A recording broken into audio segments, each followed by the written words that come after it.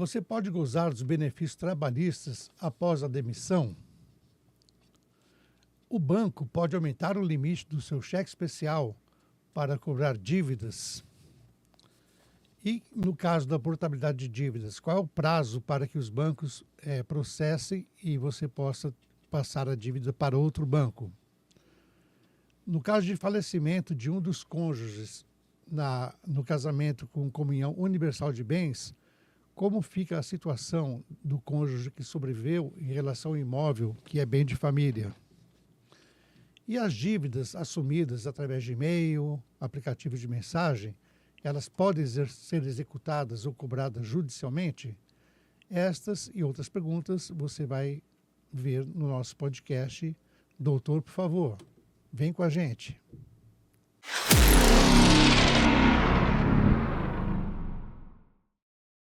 Olá, amigas e amigos. Eu sou José Cavalcante, este é o podcast Doutor, por favor. Hoje, com mais uma edição do Linha Direta, em que respondemos a perguntas do público que podem servir para o seu caso. Contando hoje novamente com a colaboração da Giovana Cardoso. Olá, Giovana, tudo bem? Oi, doutor, bom dia. Muito obrigada pelo convite novamente. É um prazer estar aqui. Então, temos quantas perguntas hoje? Temos 5 perguntas. Então, vamos começar? Vamos. Benefício trabalhista posterior à demissão. Boa noite. Trabalho em uma empresa aérea e, dentre outros benefícios, tenho direito a retirar bilhetes aéreos com desconto. Na política da empresa, depois da compra, tenho 6 meses para uso. Se eu comprar a passagem antes desse prazo finalizar, eu me demitir ou for desligada da empresa, eu ainda teria direito de usar esse número de bilhete? Desde já, muito grata. Atenciosamente, Júlia R. Então, antes de responder essa pergunta, vamos lembrar a todos, quem ainda não o fez, por favor, que se inscreva no nosso canal, ative o sininho, deixe aí o seu like para que o nosso podcast tenha mais visibilidade, mais pessoas possam ter acesso a esse conteúdo. Então, respondendo a pergunta da Júlia, essa é chamada aquelas passagens de stand-by para empregados e, às vezes, parentes de empregados que indicam, Então, tudo isso aqui, a sua pergunta, depende do contrato que você faz com a empresa no ato da aquisição da passagem.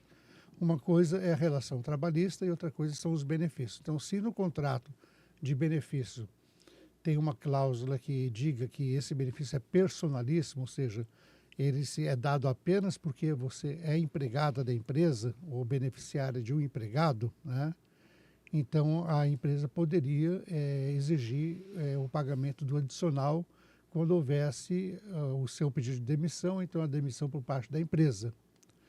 Mas geralmente isso não ocorre, Então, mesmo a pessoa já tendo comprado a passagem nesse sistema, que paga um valor assim, mais assim simbólico, ela tem aquele prazo para usar pagando aquele valor. Mas se tiver alguma cláusula, então o que você pode fazer? Você pode escolher uma das alternativas. Pagar a diferença e viajar, Ou então, não quero pagar a diferença, vai ficar caro para mim, não vale a pena, e pede o reembolso do valor que você já pagou, tá? Então vai depender se no contrato do benefício existe alguma cláusula que permita à empresa, não manter aquele preço em caso de desligamento. Então, dê uma olhadinha no contrato e você vai saber a resposta. Segunda pergunta é sobre aumento desautorizado do limite de cheque especial para resgate de dívida. Prezado, estou tentando me livrar de um certo banco e precisando de ajuda. O banco aumentou meu cheque especial para debitar empréstimo e cobrar juros de cheque especial. Quero pagar o que devo sem os juros cobrados e quero pagar o empréstimo adiantado, mas não consigo esse valor com o gerente. Ninguém informa nada. Já assinei um pré-encerramento e tenho mais alguns dias para pagar a dívida e encerrar a conta de vez. Porém, não vou pagar esses juros absurdos e quero negociar o valor do empréstimo. Vou no Pequenas Causas. Vou fazer um depósito do que devo sem os juros e entrar com processo para discutir esses juros e pedir o valor do empréstimo sem os juros para o pagamento antecipado. Está certo isso? Grata pela atenção. Atenciosamente, Mônica P. Então, Mônica, temos um caso de contratos, Então, quem quiser saber mais sobre contratos, nós temos aqui um podcast, vocês podem ver aqui na lista, que fala exatamente sobre contratos em geral, E é muito interessante. Então, aqui o caso é o seguinte: o banco, você tem uma dívida com ele e o banco quer aumentar o seu limite de crédito de cheque especial para cobrar a dívida. E isso significa que você ficaria pagando os juros de cheque especial. O banco não pode fazer isso, porque seria uma alteração nas condições do contrato. Os contratos podem ser alterados em casos assim de força maior, ou então quando as condições do contrato se tornam assim muito onerosas para uma das partes. Aí é possível conseguir uma alteração contratual através de um pedido de revisão do contrato, que geralmente é feito na justiça, ou até por um acordo. Por exemplo, caso das enchentes agora no Rio Grande do Sul, as pessoas pegaram empréstimos, ficaram sem casa, sem condições de trabalhar. Então, nesses casos, as condições de cumprimento do contrato se tornam muito onerosas. Então, se pode negociar para ter juros menores ou ter um parcelamento maior e assim por diante. Então, sempre que o contrato ficar muito pesado para uma das partes, então ela pode pedir uma revisão contratual. Mas nesse caso, o que acontece? Eles estão fazendo um tipo de alteração contratual que não é permitido, exceto se isso estiver estipulado no seu contrato de abertura de conta corrente ou de abertura de crédito. Mas mesmo assim, é um tipo de cláusula que impõe uma condição muito desvantajosa para você como consumidora, né? Então, as cláusulas que impõem condições muito desvantajosas para o consumidor, pelo CDC, elas são anuláveis ou nulas de pleno direito, né? Então, o banco não pode fazer isso. Quanto à questão da negociação dos juros, né? Os juros, eles são aqueles que estão contratados no seu termo de empréstimo. Então, aqueles juros, se estão dentro da média de juros que você pode verificar na tabela de média de juros do Banco Central, eles têm que ser pagos. Mas, num caso de inadimplência, dificuldade, você pode negociar. Se o banco se recusa a negociar, você está dizendo que não conseguiu negociar com o gerente, então você pode tomar alguma atitude que seria uma negociação judicial, com dois caminhos, como já respondemos a semana passada, né, no caso do pessoal das enchentes, que pode fazer negociações, fazer um procedimento pré-processual, que não é um processo, em que você relata a situação e pede para fazer um acordo na justiça, nas câmaras de conciliação dos tribunais. Então, a outra parte, o banco vai receber uma notificação e vão conversar com você, talvez saia ali um acordo. Em muitos casos, sai acordo nesses procedimentos pré-processuais. Então, se não sair, aí você pode entrar com uma ação de revisão do contrato e pode pedir um parcelamento judicialmente. Agora, a questão de depositar o dinheiro no juizado, aqui você fala pequenas causas, mas esse é o nome antigo. Hoje em dia chama-se juizado especial, né? Tem o civil, tem o criminal, tem até o tributário também da Fazenda Pública, né? Então, o depósito em consignação, a consignação em pagamento, que você entra com o processo e deposita o valor que você entende correto, não é possível no juizado especial. Tem que ser na justiça comum, que os juizados especiais eles não processam, né, casos complexos. Então, na justiça civil comum, estadual, tem que ser casos assim simples. É uma cobrança que não tem a prova, não tem essa necessidade de prova técnica, com perícia. Então, o procedimento de consignação e pagamento é chamado de procedimento especial. E os procedimentos especiais não são processados nos juizados especiais. A única diferença aqui é se for um banco federal, por exemplo, a Caixa Econômica Federal, o processo contra ela é processado na Justiça Federal. Então, na Justiça Federal, se admite qualquer tipo de processo, desde que dentro do limite de 60 salários mínimos. A federal não tem essa discriminação de causas complexas ou não complexas, causas simples. A simplicidade para a federal é o dinheiro, o valor da causa. Então, se for um banco público, se for a Caixa Econômica Federal, aí sim você pode fazer uma consignação em pagamento no juizado especial federal, tá? Então, aqui não tem informação do banco, mas fica aí a dica. Certo. Compra de dívida entre bancos. Boa tarde. Sou aposentada e pensionista e tenho 8 contratos com o Banco 1. Tenho margem para refinanciar 5 contratos e eles não querem fazer. Passei os contratos e eles alegaram ao passar que foram cancelados, e então optei pela portabilidade com empréstimo fácil, direto com o Banco 2. Já enviei os DEDs e agora só falta o pagamento dos tais e o Banco 1 liberar margem para o Banco 2 creditar o valor. Gostaria de saber se depois de pago os DEDs, quantos dias o Banco 1 tem para liberar a minha margem e o Banco 2 creditar o valor. Atenciosamente, Patrícia. Bem, Patrícia, então os contratos financeiros, contratos em geral, eles sempre se regem pelo que está escrito ali no contrato, né? Então, fazendo exceção, que a gente já disse na resposta anterior, de que não haja cláusulas abusivas, os contratos têm que ser cumpridos. Isso em latim chama-se pacta sunt servanda, ou seja, tudo aquilo que você contrata, ele faz lei entre as partes, né? Então, as partes que firmam o contrato seguem aquelas normas contratuais como uma lei entre elas, né? Então, nesse caso aqui, você teria que verificar se o seu contrato de portabilidade fixou algum prazo, né?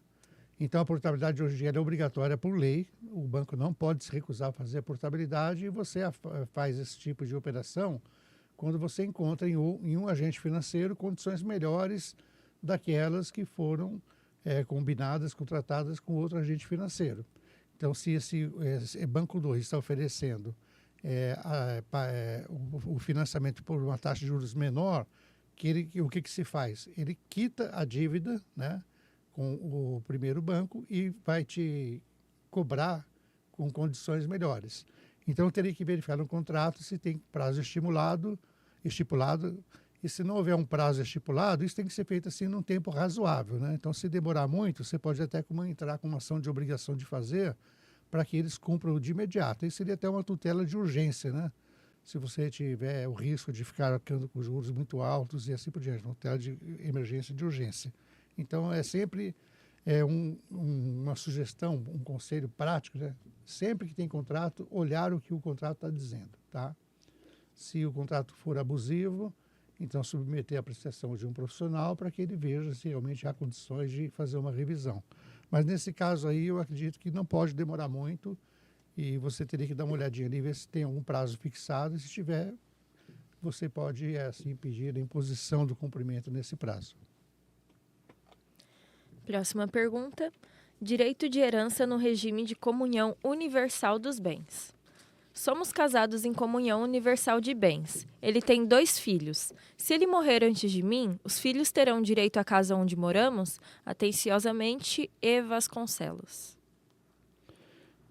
Então, minha prezada, no regime de comunhão universal de bens, todos os bens do casal eles se comunicam, ou seja, não tem separação de bens, né? E não é a partir do momento em que eles fizeram união que esses bens vão se comunicar. Se comunica desde o início, tá? Então, a não ser que sejam tipos bens reservados, como bens de herança e de doações, por exemplo, saldo de fundo de garantia, que esses bens são incomunicáveis, né? Então, eles não entram nessa composição. Então, o seu esposo, ele tem 2 filhos, né, de uma relação anterior. E o que acontece? No caso de falecimento do seu esposo, quando se processar o inventário, tem 2 itens aí, a herança e a meação. Você, como esposa, é meeira, né? Você não é herdeiro, você é meeira, você tem direito à metade dos bens adquiridos, né, durante a união conjugal. E os herdeiros, eles são os filhos do casal, ou então os filhos anteriores, né? No caso do seu esposo, ele tem 2 filhos de outra relação. Então, eles vão herdar essa outra metade, tá? Eles são herdeiros da outra metade. Agora, no caso de divórcio, então, esses bens particulares que havia antes do casamento, eles não entram na partida do divórcio. Mas, hoje em dia, o entendimento dos tribunais vale para união estável, vale para casamento com comunhão parcial de bens e até mesmo para universal, que os bens particulares de um dos cônjuges, no caso de falecimento, a parte que é meeira ou meeiro, se for o homem, né, ela entra como também como herdeira dos bens particulares, aqueles que não puderam, por força de lei, ser comunicados durante a vigência da união conjugal, tá? Agora, mesmo os filhos do seu esposo tendo direito à metade dos bens, a residência, né, onde você mora com seu esposo, você poderá ocupá-la vitaliciamente, até o fim da sua vida. Eles vão ter o direito, né? Mas eles não podem exigir a venda do imóvel para dividir, não pode exigir que você saia do imóvel, porque você tem direito real de residência nesse imóvel. Isso é válido apenas para um imóvel onde você resida habitualmente. Se tiver mais imóveis, não. Então, você vai ter que fazer a venda, fazer a partilha, dividir certinho, metade para cada lado, né? Metade para herdeiros, metade para você como meira. Mas você fica tranquila que não vão poder tirar você da casa, você vai ter o direito, até o final da vida, de viver naquela casa onde você já mora com o seu esposo. Próxima pergunta é do Moacir. Ele descreveu uma situação e fez a pergunta no final. É sobre dívida assumida por e-mail pode ser executada? Em 2011, duas pessoas jurídicas trocam mensagem via e-mail negociando um determinado valor. E o devedor reconhece a dívida propondo uma forma de pagamento, porém não cumpre. Na sequência, esse mesmo cliente envia uma notificação requerendo a retirada dos equipamentos que havia locado e propondo uma nova forma de pagamento da dívida. Desta feita, assinada até pelo superintendente. O credor respondeu pedindo uma reunião, o que não ocorreu. Também não houve pagamento. Posso admitir que a mora está constituída a termo pelos e-mails trocados? Você acha que seria viável defender a tese de que essa notificação transformou-se em um termo de reconhecimento de dívida e assim executá-lo? Abraço, Moacir. Então, aqui a pergunta parece que é de um colega, né? Pelo linguajar aqui.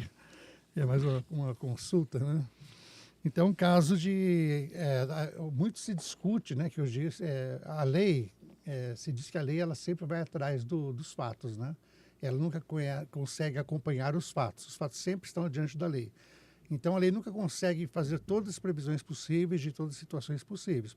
Então, mais modernamente, nós temos as figuras do e-mail, dos aplicativos de mensagem, etc. Então, no começo, havia uma resistência a aceitar que esses tipos de comunicações tivessem valor jurídico, né? Até pela possibilidade de fraude, de alguém usar a conta de alguém. Mas a tendência atual é que os termos, os contratos, aquilo que você acorda com outra pessoa por e-mail, né, por WhatsApp, Telegram, são válidos desde que haja um mínimo de comprovação. Por exemplo, nos juizados especiais, nós falávamos aqui dos juizados especiais, em que os processos não são tão formais como na justiça comum, vige o princípio da informalidade. Então, às vezes, você pode até notificar uma pessoa de um processo pelo WhatsApp, desde que você tenha como comprovar que a pessoa viu aquela notificação. Então, vai aparecer aquelas duas marquinhas em azul, né? Dependendo do aplicativo. Se você notificou, mandou uma notificação e apareceu a marquinha azul, quer dizer que ela leu, né? Então, você não pode julgar que ele lê todas as mensagens e aparece a marquinha azul e só a sua notificação que não foi lida, embora tenha a marquinha azul ali também. E no caso de e-mail, havendo alguma ciência. Como ali houve uma troca de mensagens, então, então se presume que você faz o print do e-mail, faz ali em PDF, clica ali naquele símbolozinho da impressora, né? Tira o print PDF e mostra, aqui, está aqui a conversa, ele aceitou a condição. Então, condição aceita de imediato é condição a ser cumprida, está no Código Civil. Sempre que alguém faz uma proposta para alguém e essa pessoa aceita, de imediato, essa proposta tem efeitos de um contrato. Então, nesse caso, como hoje em dia ainda a lei não aceita esse tipo de compromisso como um título extrajudicial, os títulos extrajudiciais são aqueles que você pode entrar na justiça, não para entrar com um processo, para dizer se a pessoa deve ou não deve. Não, você já entra com o título e já executa, porque está aprovado ali por uma assinatura, uma data de vencimento, por um valor, que você tem o direito de cobrar aquilo. Então, você não passa pela primeira fase do processo, que é chamada processo de conhecimento, em que você vai discutir se a dívida existe, se não existe, qual que é o valor dessa dívida. Então, você vai direto para a execução. Mas, nesse caso aqui, não existe uma previsão legal de que esses compromissos por e-mail sejam título executivo extrajudicial. Então, esses títulos são previstos em lei. Por exemplo, a nota promissória, um cheque, né? Um contrato de confissão de dívida. Você pode executar direto. Contrato de honorários de advogado com o seu cliente, pode executar direto. Mas, nesse caso, qual o recurso? Ação monitória. O que é ação monitória? É uma ação de cobrança rápida, não é igual à executiva, a execução direta, em que você pode pegar qualquer coisa, prova escrita de uma dívida, pode ser no WhatsApp, no e-mail, e entrar com um pedido já para pagar e a pessoa pode fazer os embargos monitórios. É um processo que demora um pouquinho mais do que a execução, mas também é um processo mais rápido do que o processo de conhecimento comum. Então, como você tem a prova do e-mail, da troca do e-mail, e a prova de que houve realmente uma conversa, se entabulou uma negociação, então a sugestão é entrar com essa ação monitória, que ela tem um prazo de 5 anos para ser proposta, tá? Dentro de 5 anos você pode propor. Pode ser até um bilhetinho escrito num papel de pão, né? Num guardanapo, ó, devo para fulano de tal R$ 5.000 para pagar no dia X, né? Então esse papelzinho aí é um título passível de ser cobrado através de uma ação monitória, que também é mais rápida que uma ação de cobrança comum. Tem mais alguma pergunta? Não, só isso, doutor. Ó, então, queremos agradecer a todos pela sua participação, a Giovana pela colaboração. Muito obrigada, doutor. Foi um prazer. E também lembrando mais uma vez que vocês podem enviar suas perguntas para o nosso e-mail, doutor, por favor, @gmail.com, né? E não se esquecendo também de se inscrever no nosso canal, ativar o sininho para notificações dos nossos podcasts, dos shorts que nós publicamos quase que diariamente, né? E deixar aí o seu like, né? Para que nós possamos ter mais assim, exposição aqui na rede e mais pessoas possam ter acesso a esse conteúdo. Então, obrigado a todos e até a próxima. Pronto?